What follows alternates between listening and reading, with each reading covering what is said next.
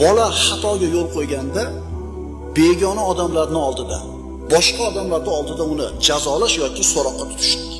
O'rtoqlarning oldida so'kib beramiz bolalarimizni. O'rtoqlarning oldida hurmatini yo'q qildik. Aka-ukasining oldida yerga urib beramiz. Aka-ukasining oldida bo'yni qisiladigan bo'lib qoladi.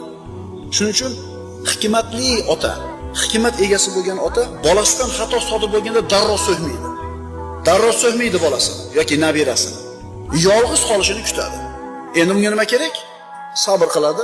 Hech kim yo'q joyga olib borib turib, pachag'ini chiqarib olsa ham-chi urib, bola xafa bo'lmaydi otadan. Otam zo'r deydi. U urdi bo'lmasa, zo'r deydi. Zato nima qilmadi? Birovlar oldida xijolat qilmadi deydi. Esimizdan chiqmasin, yosh boladan xato sodir bo'ladi, xato ish qiladi, faqat biz uni o'rnida jazolashlikka shoshilmaylik.